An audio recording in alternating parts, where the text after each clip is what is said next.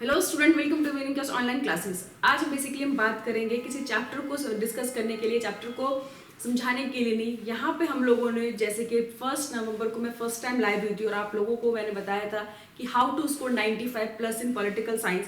उसी जर्नी का ये पार्ट है, उसी जर्नी को हम आगे कंटिन्यू कर रहे हैं। आप लोगों ने 1 to 4 चैप्टर का टेस्ट बहुत अच्छा दिया है और आज हमने दिसंबर के मंथ में हमारा 5th और 6th चैप्टर को कंप्लीट करने का टारगेट था। आई होप कि सभी बच्चों ने इस चैप्टर को कंप्लीट कर लिया होगा। और आज जो मैंने कहा था कि संडे को मैं टेस्ट लूंगी, तो उसी दिन संडे को आज मैं टेस्ट अपलोड कर रही हूँ और सभी बच्चे इस टेस्ट को कंप्लीट करें। जिन्होंने कोर्सेज बाय किया हुआ है वो सभी बच्चे PDF बना के मुझे सेंड करें, ताकि मैं कल सुबह तक आप लोगों को फीडबैक दे सकूं कि कितने मार्क्स आए हैं, कितने आपने सही आंसर है, कितने आपके गलत है, किसमें क्या प्रॉब्लम है, कैसे आपने आंसर लिखे, ताकि जब हमारी क्लासेस हो वहाँ पे डिस्कस कर सके।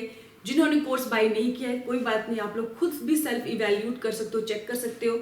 और कोशिश करूंगी मैं कि इसके आंसर को यूट्यूब पे अपलोड कर दूं, ताकि आप लोग खुद उसको जज कर सको, आंसर मिला सको, टैली कर सको कि कितने बच्चों के कितने आंसर सही या गलत है। खुद को मार्क्स दो, ठीक है। क्योंकि बहुत सारे ऐसे बच्चे जिनके पास कोई ट्यूशन नहीं है, टीचर्स नहीं है, लेकिन घबराने की जरूरत नहीं है। आप सबसे बड़े टीचर हो, क्योंकि आप जितनी ईमानदारी अपने साथ रखोगे, जितना आप खुद को जानते हो, कोई भी टीचर आपको उतना अच्छा नहीं जानता। इसीलिए कोई घबराने की जरूरत नहीं कि आपके पास टीचर नहीं है या आपके पास रिसोर्सेज नहीं है। आप लोग खुद ही, मैं जा सभी चैप्टर के मैंने इंपॉर्टेंट क्वेश्चन, MCQ, ये साथ मैंने विनिंग कस्ट ऐप पे अपलोड किया हुआ है, वहां से जाकर देख सकते हैं। खुद भी आप लोग टेस्ट देकर सेल्फ इवैल्यूएट कर सकते हैं। तो ठीक है, अभी हमारी जर्नी जो है बेसिकली बहुत आगे जाना है हम लोगों को। हमारे पास टाइम है, हमें और मेहनत करनी है। बहुत बच्चे बहुत अच्छा काम कर रहे हैं, बहुत सपोर्ट कर रहे हैं। मैं लाइव क्लासेस देखती हूँ, बच्चे एवरी डे अपने आप को इम्प्रूव कर रहे हैं, ज़्यादा से ज़्यादा बच्चे पार्टिसिपेट कर रहे हैं, उनके MCQ के आंसर ठीक आ रहे हैं। जब आप चैप्टर के MCQ को अच्छे से सॉल्व करते हो ना, तो इसका मतलब है कि आप सच में चैप्टर को डिटेल में स्टडी कर रहे हो। क्योंकि जितने भी 6 मार्क्स क्वेश्चन है, 4 मार्क्स क्वेश्चन है, वो मैं आप लोगों को जैसे एग्जाम से कुछ महीने होंगे मैं आप लोगों को जरूर बताऊंगी। आई होप उसी में से हर साल 90-95% जो क्वेश्चन है उसी में से आते हैं। लेकिन अगर मैंने अभी आप लोगों को बता दिया तो आप लोग क्या करोगे, डीप में स्टडी नहीं करोगे, और नुकसान क्या होगा कि आप MCQ सॉल्व नहीं कर पाओगे। ठीक है, चाहो तो मैं अभी भी दे सकती हूँ, लेकिन मैं आप लोगों को चाहती हूँ कि आप लोग डीप में स्टडी करें। आगे भी जब आप लोग कोई गवर्नमेंट जॉब की तैयारी करें, कोई स्टेट लेवल के एग्जाम करें, UPSC के एग्जाम क्लियर करें, तो यहीं से आपको बेसिकली बेस बनाना होता है। तो इंपॉर्टेंट क्वेश्चन दूंगी, लेकिन अभी नहीं, थोड़ा वेट कीजिए, उसमें आपको इंपॉर्टेंट क्वेश्चन मिल जाएंगे। तो यहाँ पे आप लोगों ने 1st से लेकर 4th तक चैप्टर का टेस्ट हो चुका है। 5th और 6th का यहाँ पे क्वेश्चंस में दे रही हूँ, तो जितनी जल्दी हो सके इसको टेस्ट को कंप्लीट कीजिए, क्योंकि टारगेट के हिसाब से कल से आप लोग को 2nd बुक स्टार्ट करना है और उसी के बारे में हमें डिस्कस करनी है। 1st बुक हमारा कंप्लीट हो गया है। 40 मार्क्स, आई होप कि सभी बच्चे कोशिश करेंगे 40 में से कम 38-39 स्कोर कर सके। और मैं बहुत ही जल्दी जो 1st बुक है उसके चैप्टर बना के उसके जो इंपॉर्टेंट क्वेश्चंस होंगे, एक टेस्ट का प्रॉपर पैटर्न बनाऊंगा जैसे CBSE बनाती है, ताकि आप लोग खुद उसमें टेस्ट दे सको और देख सको कि सच में आप लोगों ने 1st बुक की प्रिपरेशन हुई है कि नहीं हुई। यहाँ पे आप जितना अच्छा पढ़ लोगे रिविजन टाइम में, उतना ही कम टाइम में आपका अच्छे से सिलेबस कवर हो जाएगा। ठीक है, तो चलिए हम बात करते हैं चैप्टर 5th और 6th के जो क्वेश्चन है। तो टेस्ट में मैंने 1 से लेकर जो 10 क्वेश्चन है उसमें 1-1 मार्क्स के क्वेश्चन है, बेसिकली MCQ के फॉर्म में आएंगे। बाकी कुछ क्वेश्चन 2 मार्क्स के और 3 मार्क्स के यहाँ पे मैंने दिए। टोटल जो टाइम मतलब क्वेश्चन के जो मार्क्स हैं वो 30 मार्क्स का टेस्ट है। तो चलिए एक बार मैं क्वेश्चन समझा देती हूँ ताकि क्वेश्चन समझने में कोई दिक्कत ना हो। और ज़्यादातर मुझे उम्मीद है कि सभी बच्चों के MCQ आई होप सभी के ठीक ही होंगे, क्योंकि जो बेसिकली हमने ड्यूरिंग द लाइव सेशन में हम लोगों ने डिस्कस किया MCQ, उन्हीं में से क्वेश्चन बेसिकली दिए और एग्जाम में भी है, उन्हीं में से चांसेस हैं। तो चलिए पहला क्वेश्चन है कि UN day is celebrated every year, कि हर साल UN डे किस डेट को सेलिब्रेट किया था। और मुझे पूरा उम्मीद है जिन बच्चों ने मेरे लाइव सेशन को देखा होगा उनसे सभी बच्चों को इसका आंसर पता होगा। दूसरा क्वेश्चन है जो UN चार्टर साइन हुआ था उस टाइम पे कितने देश इसमें मेंबर थे। तीसरा क्वेश्चन है फुल फॉर्म ऑफ SCZ, कि SCZ का फुल फॉर्म क्या है। चौथा क्वेश्चन है कि इंडिया ने न्यू इकोनॉमिक पॉलिसी कब अपनाया था, किस ईयर में अपनाया था, उस ईयर का आपको यहाँ पे नाम लिखना है। फिर नेक्स्ट है globalisation free flow of. Globalisation की हमें डेफिनेशन पढ़ा था कि globalisation basically free flow of क्या, इसमें क्या क्या फ्रीली फ्लो होता है, एक देश से दूसरे देश में जाता है, वो सभी चीजें यहाँ पे आपको लिखना है। नेक्स्ट है कि फुल फॉर्म ऑफ WSF, ठीक है। उसके बाद the total number of company represented in general assembly. हमने बताया था कि यूनाइटेड नेशन के 6 प्रिंसिपल थे, ऑर्गन थे, तो उसमें जो जनरल असेंबली है उसमें कितने कंट्री अपने आप को रिप्रेजेंट करती है। उसके बाद नेक्स्ट क्वेश्चन है आपका WTO को किसका, सॉरी, उसके बाद आपका क्वेश्चन है जो इंटरनेशनल कोर्ट ऑफ जस्टिस है उसमें जो जजेस होते हैं बेसिकली वो उनका जो टेन्योर होता है वो कितने सालों के लिए होता है। ठीक है, उसके बाद WTO किसका सक्सेसर है वो यहाँ पे लिखना है। उसके बाद जो UN एजेंसी है, UN की एक एजेंसी है जो बेसिकली कंसर्न करते हैं कि safety peaceful use of nuclear technology, यानी कि जिन जिन देशों के पास न्यूक्लियर टेक्नोलॉजी है वो किस तरह से सेफली पीसफुल यूज को यूज करे, इसके लिए कौन सी एजेंसी, उस एजेंसी का नाम बेसिकली आपको यहाँ पे बताना है। उसके बाद नेक्स्ट क्वेश्चन है, तो ये आपके थे 10 नंबर के क्वेश्चन, एक नंबर के क्वेश्चन है जो कि MCQ में आएंगे। मैंने यहाँ पे फिलिप्स के फॉर्म में दिया, आपको यहाँ पे आंसर लिखने। नेक्स्ट क्वेश्चन जो 11th क्वेश्चन है, write two function of Security Council. सभी बच्चों को पता होगा जब मैं लाइव सेशन हुई थी तो मैंने इस चैप्टर में आपको ये चैप्टर बहुत बार कराया था कि सिक्योरिटी काउंसिल के 2 मेन फंक्शन लिखना है। ध्यान रखना, जो इंपॉर्टेंट है, मेन है, इधर उधर की चीजें नहीं लिखनी है। जो मेन प्राइम जो फंक्शन है, जो प्राइम ऑब्जेक्टिव है, उस ऑब्जेक्टिव फंक्शन यहाँ पे लिखना है। नेक्स्ट क्वेश्चन है आपको शॉर्ट नोट लिखना है, ILO यानी कि इंटरनेशनल लेबर ऑर्गेनाइजेशन और यूनाइटेड नेशन, ये जो यूनिसेफ है बेसिकली आपको पता है ये कौन से ऑर्गेनाइजेशन है, क्या ऑब्जेक्टिव है, कब बना था, इसके हेडक्वार्टर का है, ये सब आपको थोड़ी थोड़ी इन्फॉर्मेशन इसमें देना है। उसके बाद है कि what step should be taken to strengthen UNO, यानी कि UN को और ज्यादा प्रभावशाली इंस्टीट्यूशन बनाने के लिए, ऑर्गेनाइजेशन बनाने के लिए क्या क्या स्टेप्स उठाए चाहिए। क्योंकि हमने देखा था कि सेकेंड वर्ल्ड वॉर के बाद एकदम से यूनाइटेड नेशन को सेटअप किया गया था, बनाया गया था। तो अब इसमें आपको पता है जैसे जैसे टाइम बदलता है वैसे वैसे इसमें कुछ रिफॉर्म्स की भी डिमांड उठी है, तो ताकि UN और ज़्यादा, एक तो वैसे बहुत ज़्यादा शक्तिशाली, बहुत ज़्यादा इन्फ्लुएंशियल इंटरनेशनल ऑर्गेनाइजेशन है, अगर इसमें अगर और ज़्यादा इसको कुछ रिफॉर्म्स कर देते कि और ज़्यादा शक्तिशाली हो जाएगा, और ज़्यादा स्ट्रेंथ बन जाएगी, बढ़ जाएगी UN की, तो वो कौन कौन से बेसिकली यहाँ पे रिफॉर्म आपसे पूछा गया है। उसके बाद नेक्स्ट है कि state any 3 criteria that have been proposed in the recent year of new permanent member of United Nation Security Council. हम सभी जानते हैं कि यूनाइटेड नेशन सिक्योरिटी काउंसिल में कितने परमानेंट मेंबर है, नॉन परमानेंट मेंबर कितने, इसलिए मैंने क्वेश्चन नहीं दिया है क्योंकि मुझे यहाँ पे पता है कि जिन बच्चों ने मेरे लाइव सेशन देखे होंगे या जिन बच्चों ने मेरी वीडियोस देखी होंगी, मैंने बहुत इसमें जोर दिया है कि UN के जो 5 परमानेंट मेंबर है और जितने नॉन परमानेंट मेंबर उनके नाम पता होना चाहिए। नॉन परमानेंट मेंबर को तो नाम नहीं पता हो सकता क्योंकि बदलते रहते 2 साल के बाद। बेसिकली आपको 5 परमानेंट मेंबर उनके नाम याद रखना है, टेन्योर याद रखना है कि नॉन परमानेंट मेंबर जो होते हैं कितने साल के लिए बनते हैं।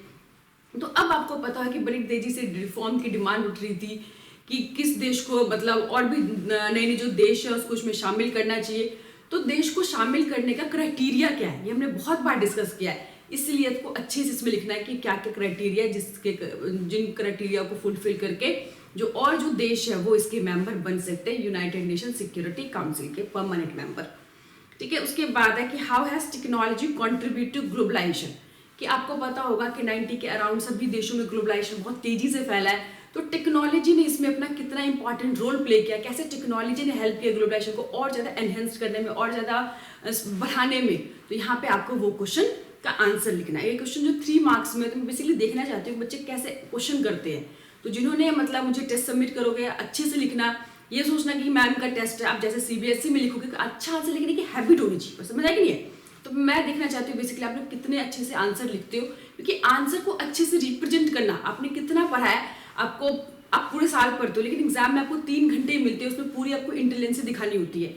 तो जितनी प्रैक्टिस आप लिखने में करोगे, जितनी ज़्यादा मतलब टेस्ट देते हो, तो उसमें जो पॉइंट्स आप बेसिकली लिखते हो आपको वही पॉइंट्स याद रहते हैं। इसलिए कोशिश करना, ये मत सोचना कि केवल हम मतलब उसको लेस इंपॉर्टेंट टेस्ट मत समझना, ठीक है। हम हर पेपर को ऐसा समझोगे CBSE का पेपर हो, उतने ही आपको ईमानदारी से और उतनी ही ज़्यादा आपको डीप डेडिकेशन से तैयारी करनी है।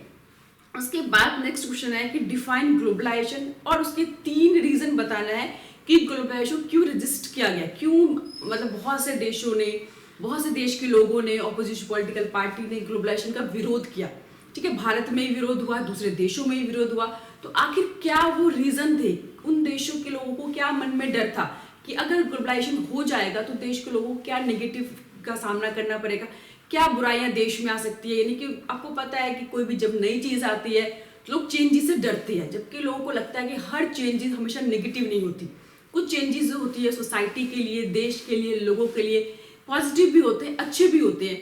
तो यहाँ पे हमें वो बात करना है कि आखिर लोगों के मन में क्या डर था, किन किन चीज़ों को लेके उनको मन में निगेटिविटी थी ग्लोबलाइजेशन को लेकर। तो यहाँ पे आपको बताना है, वो 3 रीज़न बताना है कि वो क्यों डर रहे थे ग्लोबलाइजेशन प्रोसेस को अडॉप्ट करने में। ठीक है, उसके बाद बताना है यहाँ पे कि describe any 3 economic implication of globalisation. अब यहाँ पे मैंने बताया थे कि जो ग्लोबलाइजेशन है बेसिकली मल्टी डायमेंशन है, जिसमें हमने बहुत सारे पॉलिटिकल भी पढ़े थे, कॉन्सिक्वेंस, इकोनॉमिक कॉन्सिक्वेंस भी पढ़े थे, कल्चरल कॉन्सिक्वेंस भी पढ़े थे। तो यहाँ पे आपको इकोनॉमिक इम्प्लीकेशन लिखना है। आपको पता होगा कि मैंने बताया था कि जब इम्प्लीकेशन लिखते हैं, इम्प्लीकेशन को हिंदी में बोले तो प्रभाव होता है। ठीक है, जब प्रभाव पूछे तो आपको नेगेटिव और पॉजिटिव दोनों ही बताने। ठीक है, अब अगर 3 मार्क्स में, बट आई होप कि आप लोग थोड़ा ज़्यादा ही लिख देना 3 मार्क्स के हिसाब से, ताकि मैं बेसिकली देखना चाहती हूँ कितनी आपने प्रिपरेशन की है, कितना आप लोग लिख सकते हो, कितने आपके जो आपकी राइटिंग स्किल क्या है, कितना आप रिटेन कर पा रहे हो। तो टेस्ट लेने का बेसिकली यही एम होता है कि बार बार उसको रिविजन किया जाए। बार बार जब आप उसी चीज़ को सुनते हो तो वो चीज़ बहुत आपको ईजी लगने लगती है। तो इसीलिए पॉलिटिकल साइंस का ये टेस्ट सभी बच्चे दे, ताकि जब हम लाइव सेशन में हो तो इसमें MCQ भी हम डिस्कस करेंगे, ताकि आप लोग सभी जिसको नहीं पता हो आंसर, जिन्होंने अभी तक ज़्यादा पढ़ना स्टार्ट नहीं किया, उनको भी इसका आंसर पता चल जाए। साथ ही साथ मैंने बताया था कि अब हम लोग हिस्ट्री और इकोनॉमिक्स की भी क्लासेस स्टार्ट किया है। हिस्ट्री के लिए भी लाइव हो रही हूँ, तो अपने जो भी फ्रेंड्स हैं, जो भी आपके यार दोस्त हैं, उनको भी बताओ ताकि उनका भी फायदा हो सके। कोरोना पीरियड चल रहा है, ये साल सच में मतलब स्टूडेंट के लिए बहुत प्रॉब्लम का साल था। उनके पास स्कूल नहीं थे, टीचर्स नहीं थे उनके पढ़ाने के लिए, ट्यूशन्स नहीं थे। लेकिन कोई बात नहीं, आपको पता ना कि जब प्रॉब्लम आती है तो साथ ही साथ उन्हें अपॉर्चुनिटी भी निकल के आती है। आप सबको ही दिखाना है मार्क्स लाके कि कोरोना कुछ भी आया है, आपके जो टारगेट है उस टारगेट से आप लोग बिल्कुल भी पीछे नहीं हटे हैं। आई होप कि सभी बच्चे अच्छा कर रहे होंगे, और जो भी उन्होंने टारगेट बनाया था, जो भी उनके सपने थे, ये कोरोना या छोटी छोटी सी प्रॉब्लम है आपके सपनों को रोक नहीं सकती। तो इसीलिए आपको और ज़्यादा डेडिकेशन से पढ़ना है। अब बिल्कुल जो है आप लोग को सीरियस हो जाना चाहिए, क्योंकि अब एग्जाम के बहुत ही कम टाइम बचे हैं। साथ ही साथ आप लोगों ने देखा है कि जो एजुकेशन मिनिस्टर है वो लाइव हुए थे, उन्होंने कभी भी ऐसा नहीं कहा कि जो एग्जाम है पोस्टपोन होने की पॉसिबिलिटी है, संभावना है। तो आप लोग उसी तरह से प्रिपरेशन करेंगे जैसे कि हर साल बेसिकली जिस टाइम पे बोर्ड के एग्जाम होते थे, फरवरी के एंड में या मार्च के बिगिनिंग में। तो इस हिसाब से देखा जाए तो आप लोगों के पास 2.5 मंथ्स है। अभी भी अगर आप लोगों ने पढ़ाई स्टार्ट नहीं किया तो प्लीज़ पढ़ना स्टार्ट करो, क्योंकि ये टाइम जो है फिर दोबारा आपके लाइफ में नहीं आएगा। और यहीं से आपको पता है 12th की जो मार्कशीट होती है, पूरी जिंदगी में हर जगह किसी भी एग्जाम के लिए जाओगे, जॉब के लिए जाओगे, आपकी यही जो मार्कशीट है वही जिंदगी भर काम आएगी। पीछे आप लोगों ने कितना स्कोर किया, टॉपर थे या आप लोगों के 40% स्टूडेंट थे, कोई फर्क नहीं पड़ता। यहाँ पे आप लोगों ने अपनी सारी गलती कर सुधार ली, यानी कि यहाँ पे आप टॉपर बन गए, तो पीछे की जो भी आपकी हिस्ट्री सब खत्म हो जाएगी। और लाइफ में आपको इसी मार्क्स के बेसिस पे आपके कॉलेजेस में एडमिशन होंगे, आपके करियर जो डिसाइड होगा। तो इसीलिए बिल्कुल टाइम मत वेस्ट कीजिए, अनसंट की चीज़ों में टाइम मत देखिए। यूट्यूब में वीडियो देखते 3 घंटे में कैसे 100 नंबर लाए, कुछ भी 3 घंटे में कोई 100 मार्क्स नहीं ला सकता। ठीक है, लॉजिकली पढ़ो, रीजन के साथ पढ़ो, अननेसेसरी टाइम नहीं वेस्ट करो, सही चीज़ों को देखो। तो चलिए ठीक है, आई होप कि सभी बच्चे टेस्ट अच्छा करेंगे। टेस्ट को सबमिट करना, चेक करना बहुत जरूरी है। ठीक है, टेस्ट करना बड़ी बात है, टेस्ट को फिर चेक करना बहुत जरूरी है, ताकि आप लोगों ने जो भी टेस्ट दिया है वो कितना सही और कितने आपने स्कोर किया। तो थैंक यू, आई होप कि सभी बच्चे अच्छा करेंगे। नेक्स्ट मंडे से हम लोग सेकंड बुक स्टार्ट करेंगे, वहाँ पे लाइव क्लासेस में हम डिस्कस करेंगे सेकंड बुक को। ठीक है, थैंक यू।